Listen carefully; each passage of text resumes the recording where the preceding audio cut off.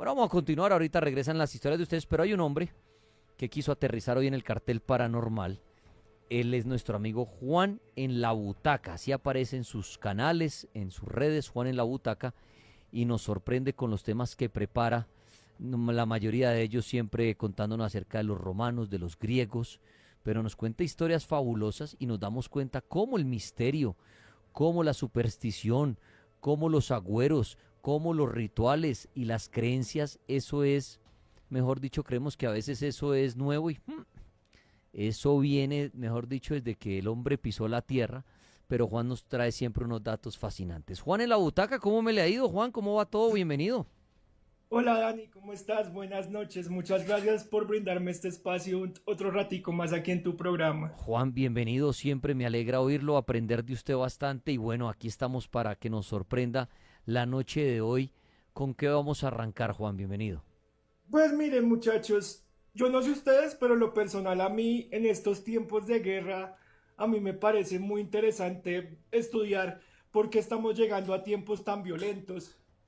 Entonces, pues como yo soy historiador y filósofo, decidí estudiar, pues porque este es un programa obviamente de cosas paranormales y demás, decidí estudiar qué rituales o qué clase de, como de actividades espiritistas hacían los diferentes ejércitos a través del mundo en la antigüedad, porque pues obviamente en esta vez no me quería quedar solo en Roma y en Grecia, sino que quería contarles muchas culturas, desde los nórdicos hasta los aztecas y demás, porque es muy interesante ver cómo, aunque hoy en el presente no se haga mucho, es muy interesante ver cómo en el pasado siempre era muy importante tener tú como esa convivencia y esa aceptación de tu Dios o de los espíritus de tu sociedad para que te pudiera ir muy bien. Y esto lo anclo a lo que hablamos la última vez, que nosotros en la actualidad puede que no seamos muy creyentes en estas almas, entonces de pronto por eso no se hace en la actualidad, pero en el pasado, como ellos sí consideraban que vivían con al medio de todas estas almas y estos dioses, pues sí hacían este tipo de prácticas. Interesante entonces lo que se viene en esta charla con Juan en la Butaca. Como él dice, mezclando los tiempos de guerra, pero tanta creencia que se mezcla ahí, ¿no? Y desde los antepasados hasta en la actualidad. Aquí lo hemos oído, aquí cuando se conectan los militares, personas que pasan tiempo en la selva, todos los rituales que tienen, todo tipo de creencia. Y eso en el mundo. eh, y en la historia lo vemos. La otra vez hablábamos también con Juan, todo el tema de Hitler y todo, como todo el tema esotérico ha rodeado a, a personajes que han estado mezclados a la guerra, como consultan desde unas cartas, desde un astrólogo, cómo atacar, cuándo detenerse, por dónde, en qué época. ¿Quién lo creyera, no? Aparte de obviamente una inteligencia humana de unos especialistas o estrategas de cómo, que obviamente hacen parte de un ejército, como también el brujo, llamémoslo así, hace parte de un ejército. Cómo de pronto un líder le dice a un brujo, venga, ¿qué hago? Ah, esto es interesante. Pues bienvenido Juan y cuéntenos lo que preparó y aprendamos de usted esta noche. Hola Dani, entonces solo para aclararles, si me ven mirando de repente para abajo es porque aquí como todas las veces tengo La copia, la mi copia. guión, y mi guión porque la verdad pues sí son a veces muchos nombres y muchas cosas, pero pues para que sepan eso y no como que estoy buscando en Google o algo así. Muy bien, yo también tenía esas copias, pero en el colegio, pero era copia. Muy bien. Vale, muchachos, entonces el primero, y obviamente sí tenía que ser como, pues mi tema favorito, que eran los espartanos y el canto de guerra. ¿Por qué comencé con ellos? Pues porque son con los que más, pues he hablado aquí, y era muy interesante ver cómo los espartanos consideraban ir a la guerra como algo divino. ¿Esto qué quiere decir? Que los espartanos se ponían su mejor túnica, se arreglaban el pelo, se ponían bastante bellos para la hora del combate porque ellos pensaban que ellos no solo iban a la guerra, sino que iban también con las almas de sus antepasados. Entonces por ello ellos siempre se iban así porque sabían que a Neptuno o a Zeus les iba a encantar que ellos fueran de la mejor manera a defender su pueblo.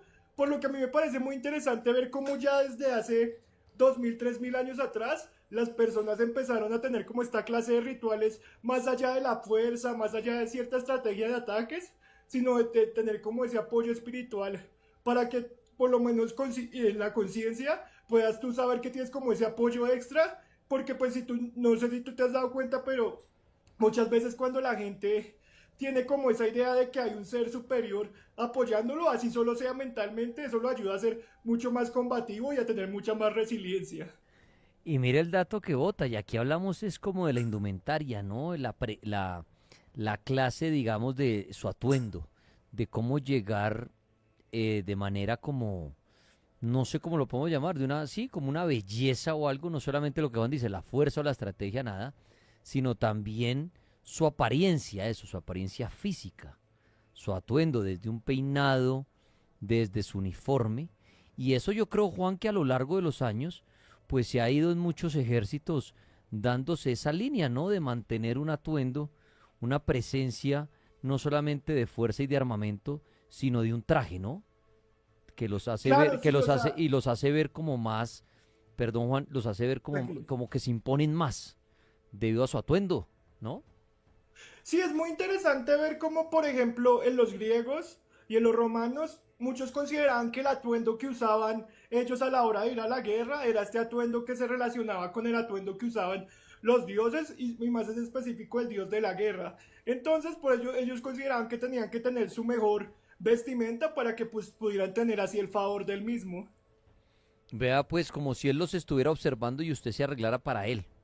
Exactamente, porque obviamente en la actualidad no se piensa así, pero antes sí se consideraba que todos los dioses siempre estaban pendientes de tus resultados en la guerra, porque ellos sí consideraban que un dios podía de verdad interactuar y decir qué tipo de resultado iba a haber en la guerra, si usted le agradaba o no.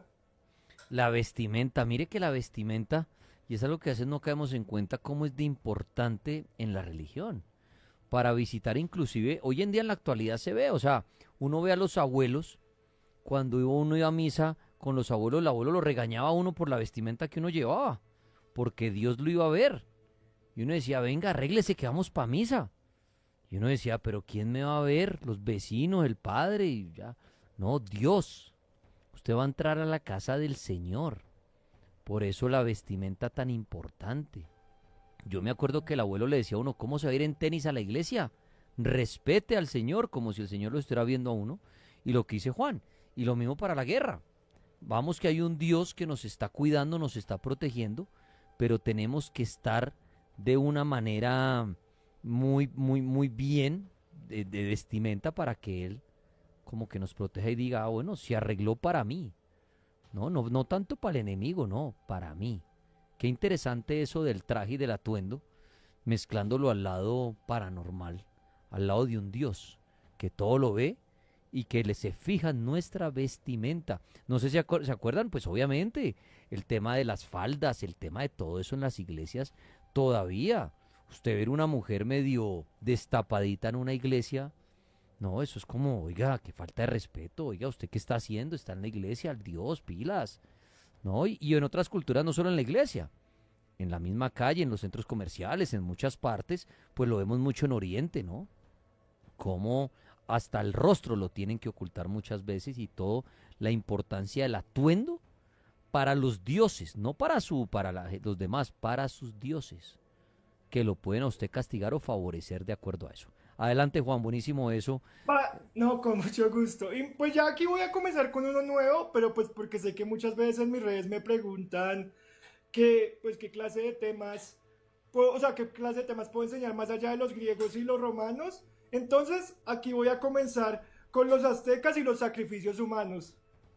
Aquí los aztecas eran una de nuestras culturas porque pues todos somos de América, del gran continente americano. Estos aztecas muchas veces creían que tenían que tener a su lado al dios del sol y pues a sus dioses.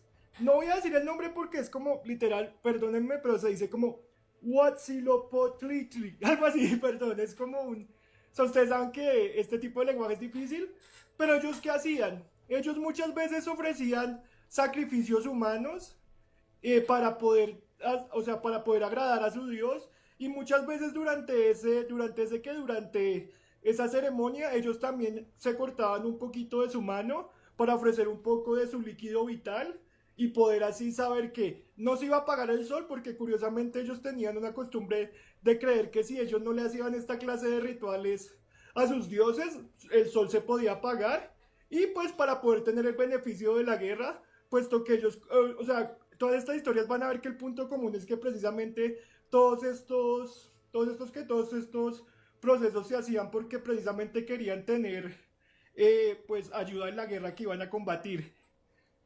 Juan, esto de los aztecas, si usted me corrige, inclusive las pirámides de ellos tenían unas canaletas para regar, ¿cierto? Para hacer sus sacrificios y que por ahí, por medio de esta canaleta, todo este líquido rojo que saben del cual estoy hablando, se regara por ahí, no que esas canaletas se alimentaran de este líquido, eran ellos. Exacto, no, es que los aztecas, o sea, yo les he dicho a mucha gente en mi canal, mucha gente piensa que nuestros indígenas o sea, todos los de América éramos como por decirlo así ignorantes, pero al contrario, nuestros indígenas y nuestros antepasados tenían muchas cosas bastante inteligentes que si tú los puedes estudiar son cosas que tú dices como, wow, yo no pensé que eso lo hicieran ahorita.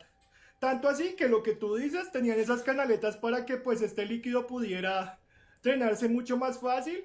Y segundo, por ejemplo, mucha gente no sabe que nuestros muiscas y demás trabajaron el oro muchísimo mejor y muchísimo antes de lo que los europeos lo hacían. No, es que estamos hablando de que esos sacrificios eso era salvaje.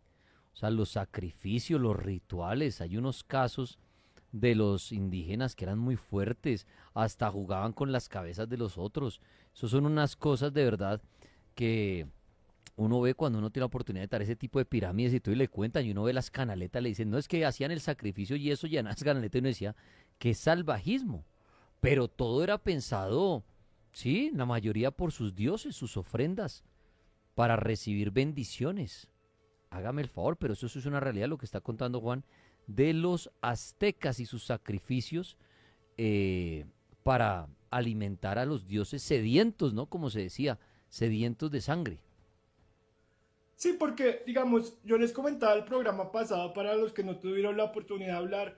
Nosotros en la actualidad tenemos esa visión de Dios bonachón, de Dios que hace favores y Dios buena gente, porque ahorita en la sociedad es la imagen más aceptada, es la imagen del Dios católico y cristiano, que es un Dios bondadoso, que no es un Dios vengativo y demás. Pero antes de que el cristianismo se volviera como tal, pues la religión ponderante en el mundo, eso, los dioses para los griegos, los romanos, los egipcios y demás, los dioses eran dioses vengativos, eran dioses que muchas veces reinaban bajo el miedo de que si usted no les cae, o sea, si usted no hacía cosas para agradarles, lo podían ir a castigar y no tener su favor.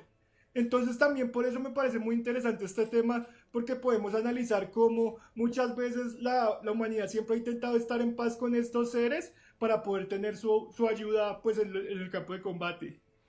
Interesante los datos que nos da Juan. Por ahí leía un comentario que decía que en un día los aztecas podían desvivir hasta 40.000 personas.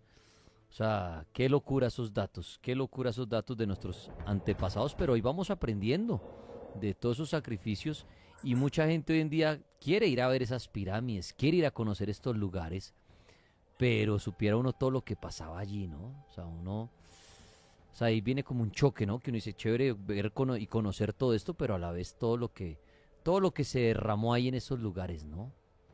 Fuerte, fuerte y todo mezclado, como dice Juan, todo mezclado al tema de los dioses.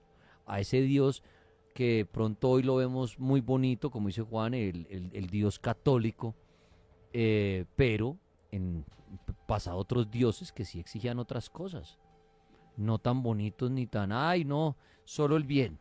No, como dioses guerreros, dioses sedientos de sangre, dioses de la guerra, dioses de, bueno, vamos a combatir, y a eso le agrada a nuestro Dios. ¿No? Interesante, Juan en la butaca, nuestro invitado hasta ahora en el cartel paranormal. Adelante, Juan, por favor. Vale, la tercera, y esta es otra, pues, otra cultura u otra sociedad ancestral que agrego, y son los vikingos y los Blood. En las dos pasadas solo les he hablado como cosas que hacían los humanos con otros humanos, pero aquí ya vamos a empezar a ver la importancia que tenían los animales en esta clase de rituales. Para los vikingos, en estas celebraciones que llamaban Blood, antes de ir a atacar o antes de ir a una guerra, ellos lo que hacían muchas veces era sacrificaban a un esclavo y sacrificaban a un animal en las tripas del animal, sobre todo en el estómago. O sea, ellos cogían un cuchillo pequeño, abrían pues este animal y allí en el estómago buscaban qué señales podía tener este animal para decirles que si era una guerra positiva, si era una guerra negativa. Y es muy interesante ver cómo desde ese momento y en muchas culturas del mundo, los animales también han tenido esa qué, esa participación tan importante en la sociedad, porque es muy importante ver cómo muchas veces estos dioses también se relacionaban hombre, naturaleza, humano. Y mire, Juan, lo de los vikingos, exacto, el tema de los animales y lo que usted dice, y también a una persona, pero era tanto, ¿cómo se dice? Tanto su fanatismo, no sé si lo puede llamar así, hacia su Dios, como Juan bien lo dice, que antes, por ejemplo, hubiera una guerra, se levantaban las manos y era un orgullo para ellos que fueran los elegidos para sacrificarse. O sea, era como, no, ay, me obligaron, me tocó a mí, qué miedo, no. Eran felices de decir, a mí es al que me van a sacrificar.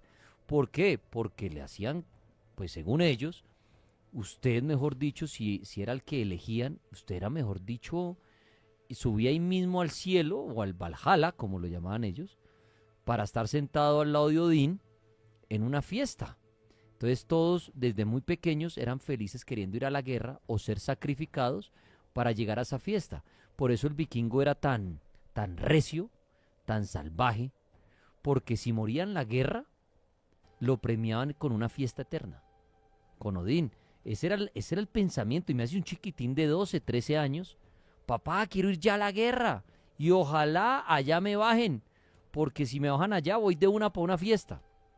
O sea, era tanto ese pensamiento que por eso eran tan salvajes. Iban felices a la guerra y a darse contra el que fuera, porque si morían ahí, salían era premiados. No era el miedo de ir a la guerra. Ir a la guerra era un premio. Y si morían ahí, era, mejor dicho, fiesta por la eternidad ya echando pola, mujeres al lado de Odín. Y por eso eran felices sacrificándose y todo eso. Adelante, Juan. Vale, y es muy interesante eso que dices porque de pronto para mucha gente puede que esta clase de temas no sean considerados como paranormales o de miedo, pero sí lo son, muchachos, porque ustedes si se ponen a pensar, digamos, con los vikingos, estos eran personas de verdad bastante brutales, tenían una fuerza increíble, sabían muchas tácticas de combate, pero incluso le tenían mal, o sea, a pesar de eso tenían mucho miedo de cómo pudiera un dios favorecerlos o maldecirlos. Entonces es muy interesante ver cómo esas criaturas o esos dioses que no se ven pero que se aceptan muchas veces que están ahí, pueden llegar a asustar pues a una persona o pueden llegar a definir tanto en el comportamiento de una persona. Así es, así es. Mire lo que Juan nos habla hoy, interesante cómo habla de las diferentes culturas en el pasado y todo lo que llegaban a hacer en rituales con animales, con humanos, todo por los dioses. ¿Ah? Todo por un Listo. dios. Adelante. Dale, el cuarto se llama Rituales celtas bajo la luna llena. Aquí también agregamos ya otro concepto que nos había tocado en las anteriores tres, y era precisamente el concepto de la luna llena. Para muchas civilizaciones alrededor del mundo, la luna llena ha significado o buena suerte o mala suerte. Para los celtas, precisamente se denominaba que cuando había luna llena era el momento exacto para poder hacer sacrificios para que pues sus dioses los pudieran bendecir o pues tener el favor de sus dioses. ¿Qué hacían? Ellos muchas veces llegaban y se pintaban de azul, así como en la película Corazón Valiente, así tal cual se pintaban así azul, hacían pues el sacrificio que hacían y con la sangre pues de esto, o bueno, con la líquido vital de estos muchachos, o digo, de estos seres vivos, se lo ponían así encima para que eso fuera como la protección que su dios les mandaba para que pudieran competir y pudieran tener mucha más fuerza en la guerra. Y por lo que a mí me parece muy interesante y por eso sí pienso que es un tema como paranormal, es porque ver esa convicción y esa fe que tenían las personas de esos rituales, de esa fuerza que le podía dar ese ser mucho más allá, me parece que es un tema bastante interesante. Juan, ¿usted cree que sí se recibe ese poder sobrenatural? ¿O usted cree que es el poder de la mente que por hacer esto y creer que usted le está haciendo una ofrenda a un Dios, si usted su mente logra darle ese poder? ¿Usted cree que sí es un Dios el que le envía poder a uno o es el poder de la mente?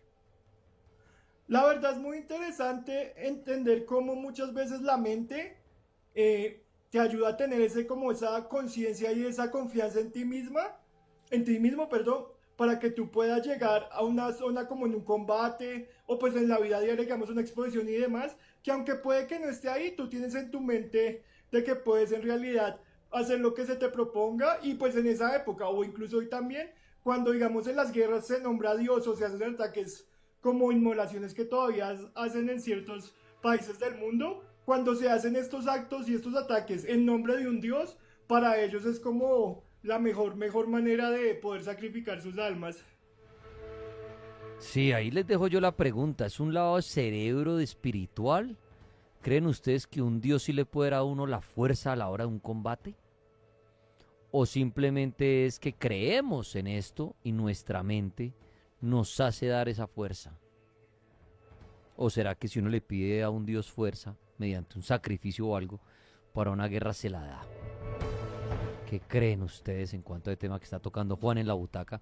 Que es bien interesante y es nuestro invitado a esta hora. Adelante, Juan, por favor. Listo, perfecto. La quinta, muchachos, serían los mongoles y los augurios de caballos. Esto era muy interesante porque para los mongoles los caballos eran los animales que sus dioses les habían enviado para que pudieran conquistar el mundo. Como ustedes saben, los mongoles y Genghis Khan pudo invadir casi todo el mundo, pero la historia nunca ha entendido por qué Genghis Khan llegó a un punto y decidió devolverse y no seguir invadiendo, porque ellos tenían toda la fuerza para haber continuado con toda Europa. Pero ¿por qué lo dicen? ¿O por qué? ¿Cuál es la historia que yo pues he leído? Es que Genghis Khan una mañana se levantó y vio que los caballos estaban corriendo como locos pues en el establo donde estaban. Entonces ellos tenían una tradición que es que si los caballos estaban muy intranquilos antes de la guerra o corrían en cierta manera en los establos es porque sabían que se iba a venir su muerte y que su ataque iba a ser negativo. Entonces, por eso Genghis Khan decidió devolverse. Y a mí me parece bastante, pues, misterioso es ver cómo incluso alguien con el poder de Genghis Khan, que en ese momento de pronto podría ser hasta la persona más poderosa del mundo, le tenía miedo a cosas como paranormales o de misterio, porque unos caballos estaban corriendo en círculos o porque unos caballos estaban actuando de cierta manera. Por eso para mí, más allá que el miedo que se puede hablar sobre todo el misterio de cuáles muestras en el día a día hacen que tú tengas una convicción de eso.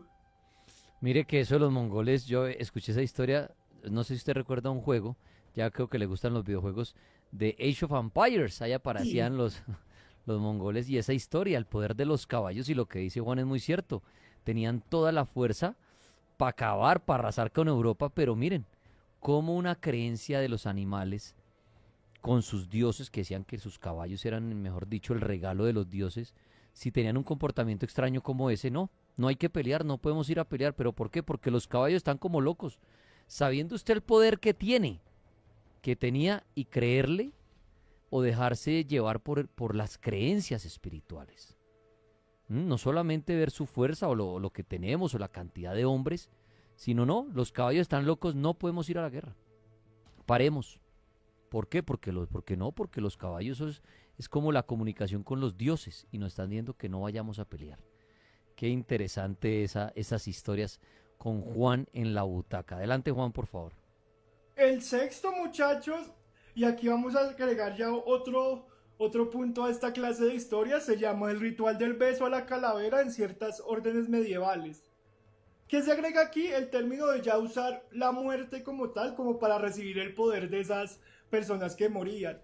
En la Edad Media muchas veces a estos soldados antes de que fueran a las guerras se les pedía que el que se consideraba el soldado más poderoso tenía que besar una calavera apasionadamente y que entre más fresca estuviera mejor porque se decía que esa calavera le transformaba a él y le mandaba toda la energía posible que podía tener este personaje pues para sí mismo. Por eso muchas veces los cuerpos de los comandantes de otras, pues de los enemigos, se guardaban y se besaban en ese momento porque sentían que eso les iba a traer muchísimas veces la energía que necesitaban para poder vencer a sus enemigos.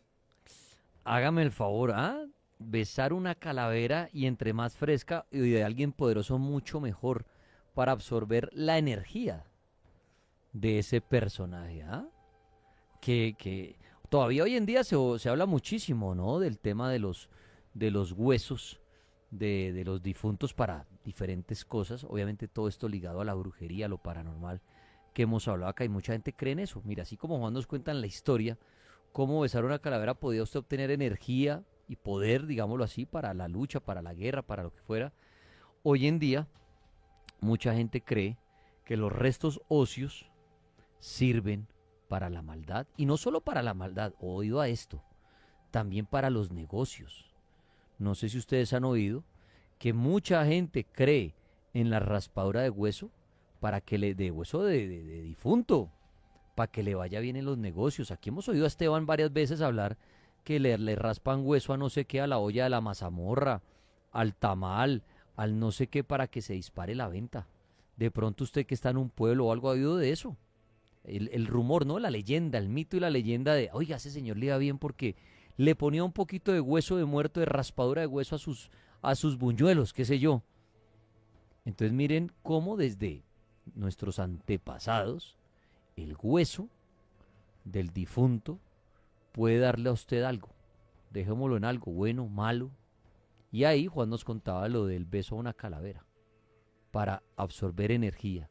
Y hoy en día mucha gente sigue usando los huesos, los restos óseos, para hacer cosas buenas y malas. Adelante, Juan. Perfecto. Ya en este punto, muchachos, les vengo a traer una que ya no solo son los humanos, sino son los mismos animales. ¿Por qué? Porque en esta religión que ellos practican, saben que creen en la reencarnación y según como usted viva en su vida, en eso se va pues reencarnar en la próxima vida. Y el título es Los elefantes de la India bendecidos con fuego. En estas rituales en la India, muchas veces los generales iban con sus elefantes caminando por medio de una multitud encima de carbón. ¿Por qué? Porque se consideraba que al caminar el carbón, o sea, los elefantes encima del carbón, se bendecía tanto el general como el elefante. Con eso muchas veces les ayudaba a entender que eran como su paso por el infierno, pero para llegar al bien. Entonces es muy interesante ver cómo en religiones como la hinduista, como la hinduista que se cree y se ve y se entiende la reencarnación, como era muy importante también tú entrar a esos procesos religiosos con tu animal. ¿Por qué? Porque para los hindúes era muy importante tener esa relación positiva con los animales, pues se consideraba que, por ejemplo, un general y un elefante tenían sus almas conectadas y que si los dos perecían al mismo momento, seguramente ese iba a ser el animal en el cual se iba a reencarnar en una siguiente vida. Entonces, pues, esto también ya le agrega algo nuevo porque no son solo un ritual para los seres humanos, sino que también ya agregan a sus compañeros fieles los animales. Ve, interesante eso de los elefantes en la India. Buen dato. Aquí vamos aprendiendo, ¿no? Bastante en esta horita con Juan en la butaca de todo lo que él prepara. Y hoy ha querido preparar todo este tipo de rituales mezclados a la guerra, ya que ayer tocábamos este tema de la Tercera Guerra Mundial y mucha gente es como el día a día en estos momentos, que no sé qué, que Irán, que Israel, que Estados Unidos, que Ucrania, que Rusia. Y Juan ha traído de los antepasados los rituales precisamente relacionados a la guerra. A lo mejor hoy no se ven tanto ese tipo de rituales, pero créame que más de un líder está muy ligado a lo espiritual. De pronto ni lo dicen, ni lo cuentan, porque los tildarán de locos. Pero de pronto más de un líder, de un presidente de una potencia, tiene sus asesores brujitos. Tiene sus asesores para decir, bueno, ¿cuándo atacamos? Si atacamos, ¿qué hacemos? ¿Por dónde nos vamos? Esperamos. Y todo con guías espirituales.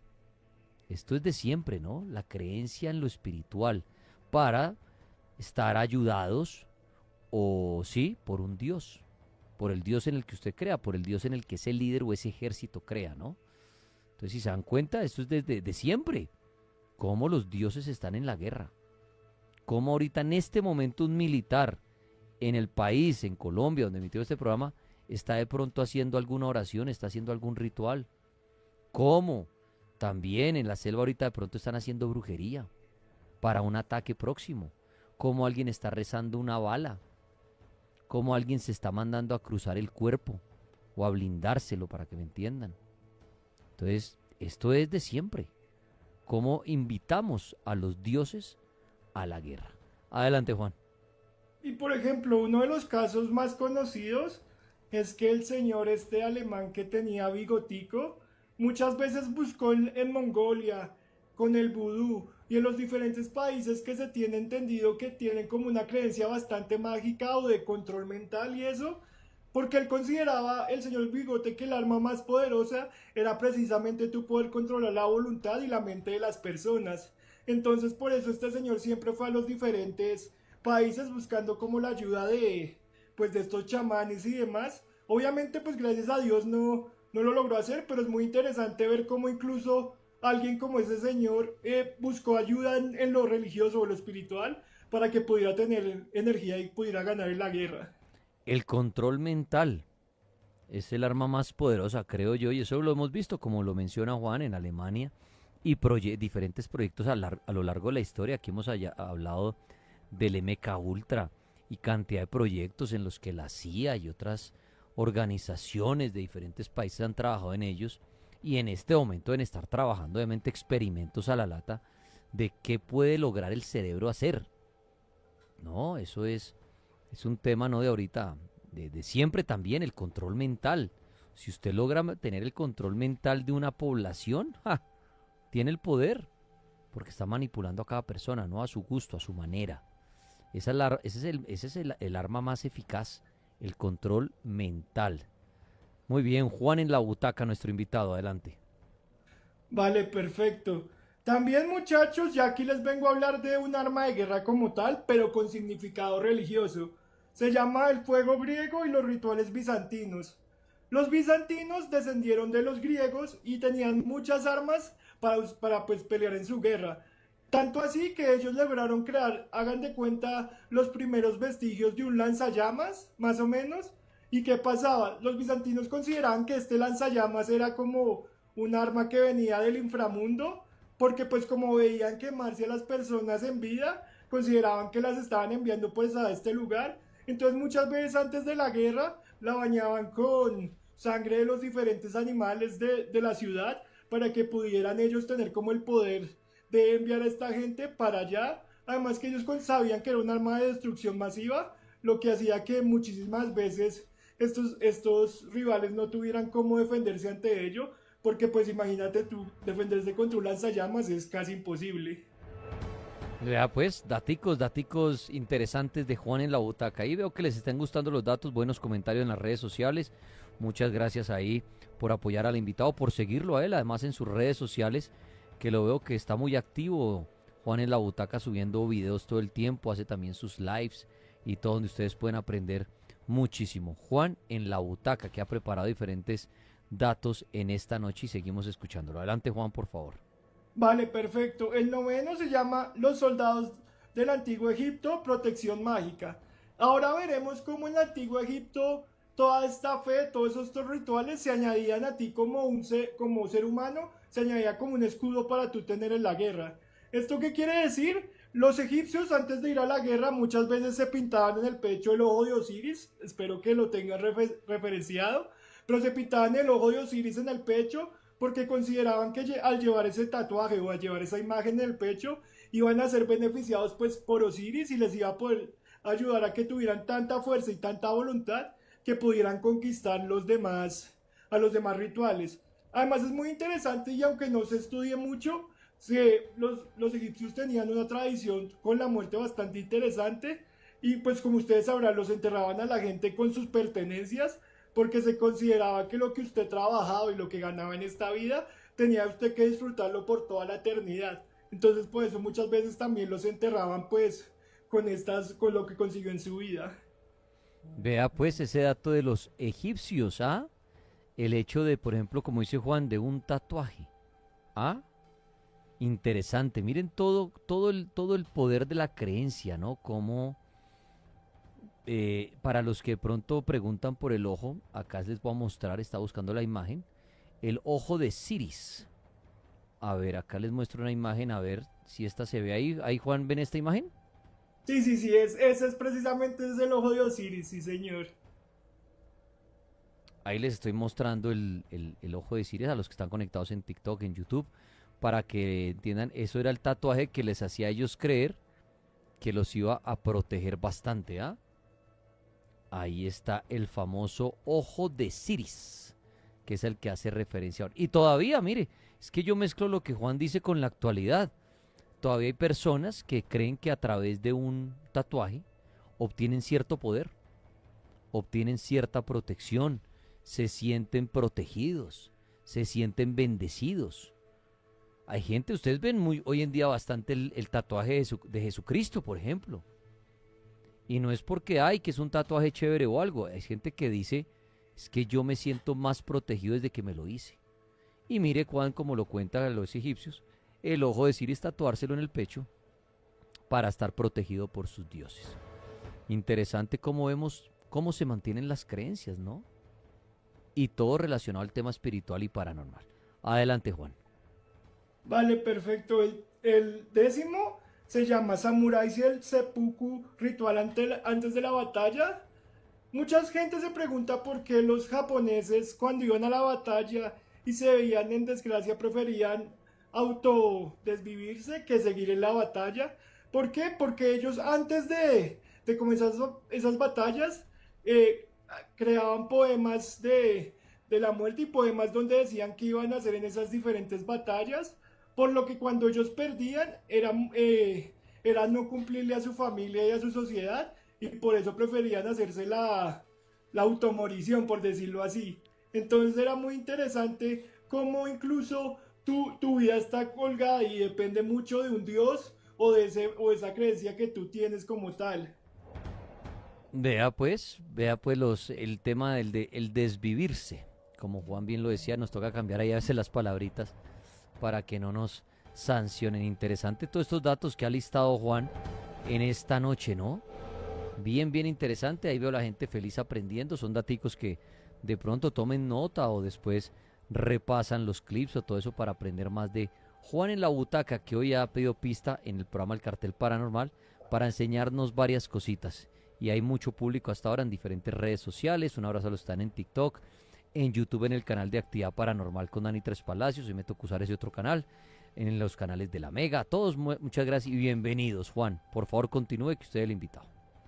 Vale, perfecto. Y ya la última, porque intenté tener como historias de todos los diferentes continentes, se llama Cultura Shanti, que es en África, beber sangre de enemigos.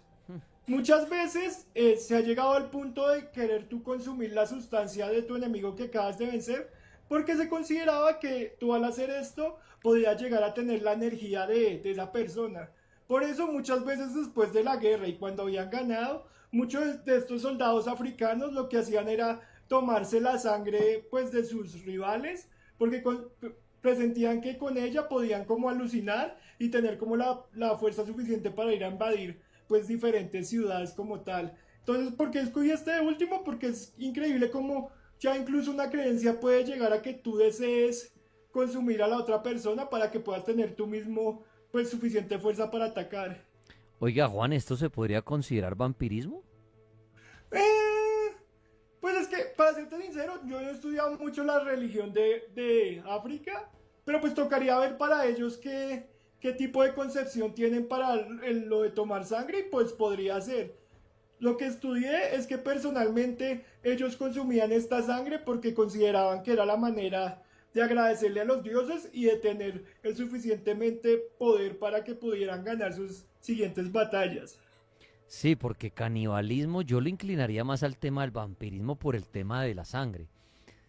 Pero es interesante, ¿no? Usted creer que por una sustancia de otro cuerpo va a adquirir la fuerza o el poder de otra persona, que era lo que hacía el vampiro. El vampiro, el chupasangre, iba por la sangre de la otra persona para tomar su energía, su vitalidad, su fuerza. Y miren que este ejército, como bien Juan lo habla en el África, cogía la sangre del otro y venga, me la bebo para coger su energía. Una especie como de vampiros. Podría ser, así lo veo yo, pues igual cada quien puede opinar. Oiga, pero Juan, interesante todos estos datos y lo lleva a uno a concluir que, repito, el poder que tienen los dioses, y hablo de los dioses porque dioses hay millones, ya cada uno decide en cuál creer, pero cómo el poder de los dioses ha estado siempre en el hombre y muy ligado al tema de la guerra, ¿no? Sí, es muy interesante y yo pues Primero te quiero agradecer, Dani, por esta oportunidad que me das todos los miércoles. Espero pues pueda volver a participar aquí el siguiente para poder empezar a estudiar los diferentes temas. Yo les cuento, muchachos, que muchas veces, aunque no se considere de miedo como tal estos temas, analizarlos de una manera muy interesante. ¿Por qué? Porque muchas veces se tiene la creencia de una religión, de un espíritu y demás, pero nunca nos hemos puesto a pensar esa fuerza, eso que aquello no se ve, cómo nos influencia en nuestra vida y qué rituales o qué cosas nos lleva a hacer que creamos en eso y hagamos ciertas cosas. Por ejemplo, si tú eres religioso, muchas veces tú lo que haces es empiezas a preguntarte si lo que estás haciendo está bien, que te persignas con una mano y no con la otra y demás. Entonces es muy interesante ver cómo todas estas cosas que a pesar que no se tengan en cuenta o se hagan ya automáticamente, provienen de una creencia, pues, de lo que tú tienes No, en tu religión. es que Y totalmente cierto, es que eso es paranormal, es que yo le digo a la gente, a veces cuando la gente dice, no, pero es que eso no es paranormal, aquí tocamos todos los temas paranormales y empezando que yo siempre he dicho, si uno hace un mapa conceptual, arriba de lo paranormal está Dios y el diablo, y de ahí para abajo se desliga todo, todo, la brujería, el fantasma, la muerte, la reencarnación, los demonios, todo, absolutamente todo. Y esto que Juan ha tocado hoy, pues implica a los dioses, implica cómo le pedimos a unos seres superiores que nos ayuden, cómo creemos en esa ayuda divina, en esa ayuda espiritual. Y hoy lo seguimos viendo, tal vez no para ir a una guerra, algunos sí, otros simplemente para salir de su casa, otros para proteger su casa, para su relación amorosa, para la salud. Ah, o sea, ¿cómo sigue tan ligado este tema de, de creer en esto para que nos vaya bien en la tarea que vayamos a realizar, desde la guerra hasta una cirugía, hasta subirse a un avión, hasta comer algo, y vemos cómo está la creencia, cómo los dioses juegan un papel importante todo el tiempo en la humanidad, cómo esa creencia va día a día, sin importar cuál sea el suyo, y si el tatuaje, si es la bendición, si es la medalla, lo que sea, cómo está sobre nosotros todo el tiempo, y eso lo hace paranormal, bastante paranormal el tema de los dioses. ¿Mm? La fe. Bueno, pues Juan en la butaca, le agradezco por este tema que ha preparado, estos datos que nos ha traído la noche de hoy. Y como siempre, Juan, usted solamente es que pida pista como un avión para aterrizar y yo le digo a qué horas y en qué día y de una acá siempre será bienvenido. dale, Dani, muchísimas gracias. Espero que pases una excelente noche. Ya para terminar, muchachos, si quieren saber este tipo de historias, yo subo historias, pues no solo de religiones y eso, sino historias de la cultura general todos los días. También en mi canal analizamos filosóficamente libros, películas, series y demás. Por lo que si quieren saber eso y tener de esto en su para ti, pues porfa síganme, que ahí con mucho gusto yo hago el mismo esfuerzo para crear contenido para allá y para acá. Muchísimas gracias, Dani. Un abrazo gigante y nos vemos la otra semana. Juan, muchas gracias y felicidades. Un abrazo grande.